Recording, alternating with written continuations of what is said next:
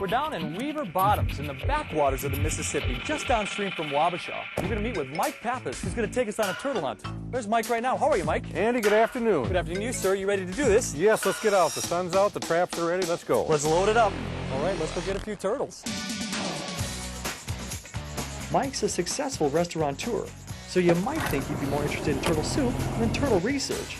But his interest in turtles was piqued one day by an unexpected visitor. How did you get involved with this? I was duck hunting when I was in my early 20s, and I had a blandings turtle. It was a bluebird day. There was no ducks flying. I had a blandings turtle crawl into my blind. Then I went back and looked up in some of my books and started looking into it, and I found out that nobody knew anything about them. You can see the big white log up to the right there. About 2 o'clock, see the big turtles on it? We're going to put traps there. There they go. There they go. Just like, look at that. Look at them jump into the water. There she goes. You just see by how successful some of these turtles are doing, these populations. They're all over these logs. Get near it and just hang on. This is doable.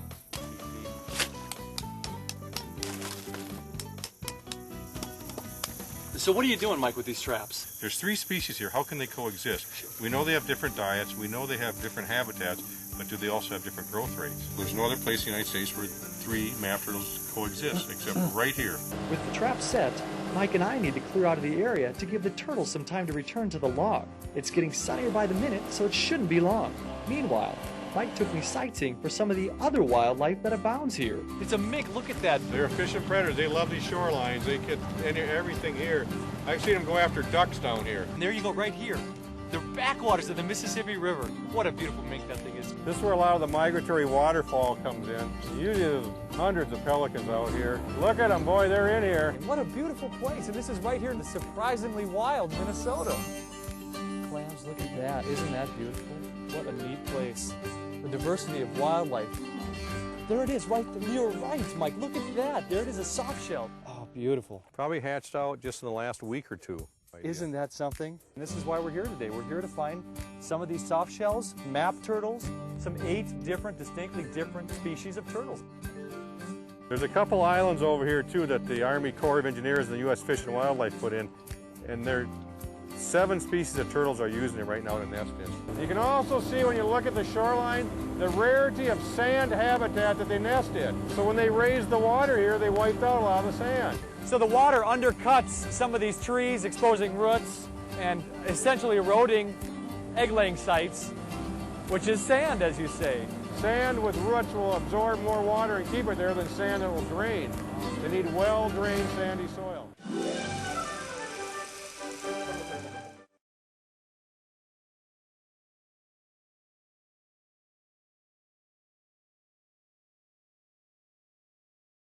Well, here we are. This is the processing station. This is where we're going to mark the turtles and get them back into the environment. Here's a chart. Around the sides of the turtle, they have 24 permanent scales. And this has been pretty standardized in the turtle research right now. So why this method and not some other way, like painting their shell or tagging their ear? They shed just like a dog sheds hair. They shed off to fall off, but it does less damage to the turtle. It doesn't impact any behavior or movement. So what is the point of the marking? We want to individualize it so we know how many actual females and males are out there, what the mix is, what the proportion is, how many times this turtle may nest in a year or every 2 years or things like that. Also growth, how much does it grow, how long does it take it to grow, how long does it live in the environment. If you look at a hatchling, a juvenile, male, female, the female who lays the eggs is the most important animal in the whole pyramid. I understand. And this one right here, male or female? That's a female. And right here, we have an adult male. Now look at the size difference, or as we say, the dimorphism. Which means? You know, the morphometrics, the size of the turtle, but it's it's different. Okay. So we have a full-grown male, a full-grown female. Males don't have to be big because they don't house eggs within their shell. Oh, sure. So that's a big difference. These turtles became to be known as helmets on logs on the river. Helmets on logs, and this head is much like a log, and so that makes sense. Helmets. And the 3 species of map turtles that exist in this area are? The common or the northern map turtle, which is not one of these that gets furthest north. This is the Ouachita map turtle, and we also have a false map turtle. So it's the only place in the world or the United States that 3 map turtles can coexist. Whoa, look at this. This is a spiny soft shell, and you could tell, soft shell. It looks unbelievably unlike all the other species of turtles in here. There are 2 soft shells, one spiny, one smooth. Ooh, very aggressive. Just a little agitated.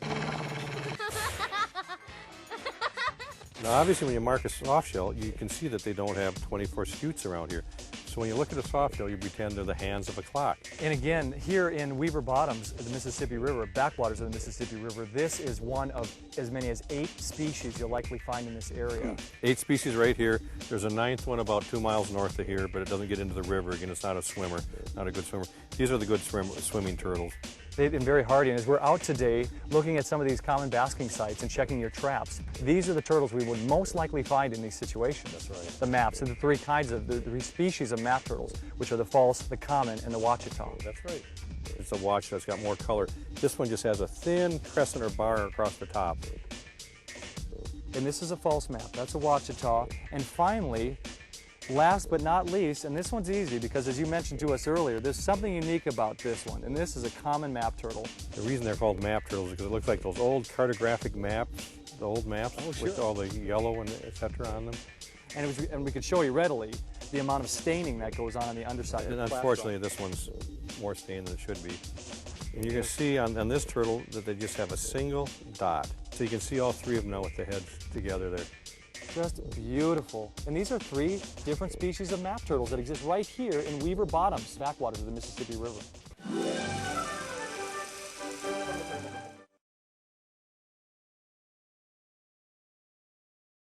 So Mike, this turtle's marked and is cataloged, is ready to be released? That's correct. Let's get it back into the environment. All right, I've been looking forward to this all day. There she goes. She's starting to move.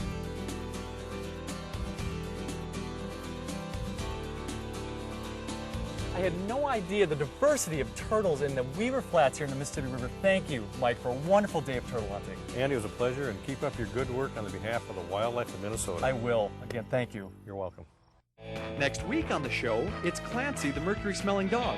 Learn how this special pooch is sniffing out dangerous mercury from local schools. Meet this wily woodchuck, baby squirrels, and even a pelican to see how they're nursed back to health after being injured. Explore deep inside some old mine shafts to see the largest hibernation spot for bats in Minnesota. And these aren't your average house cats. See what happens when people try to make them into pets.